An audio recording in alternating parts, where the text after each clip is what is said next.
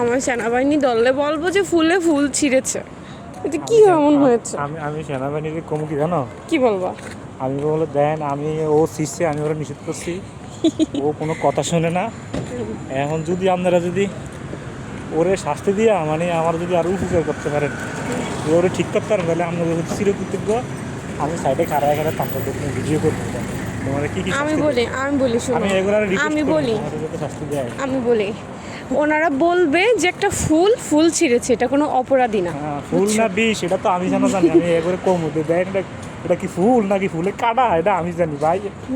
ওনারা আমাকে দেখলেই বুঝবে আমি ফুল না, ওই তো সামনে আছে, আমি ধরে দিব তোমাকে। দাও তুমি দেখো, বলবো যে ও আমাকে গাছ থেকে ফুল ছিঁড়ে প্রপোজ করছে, না আমার কোনো দোষ নাই।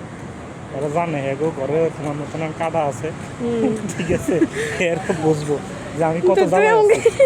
এমন করে ধরে নিয়ে যেতেছো কেন? ছেড়ে দাও, ওরা আমার মানে সারা কেমন করে দোষে দেখ। চলো আমি ফুল দেখাইতে দেখাইতে যাবো, দেখি আমার কি হয়। আমাকে ছাড়া যায় না, হাঁটতে হবে।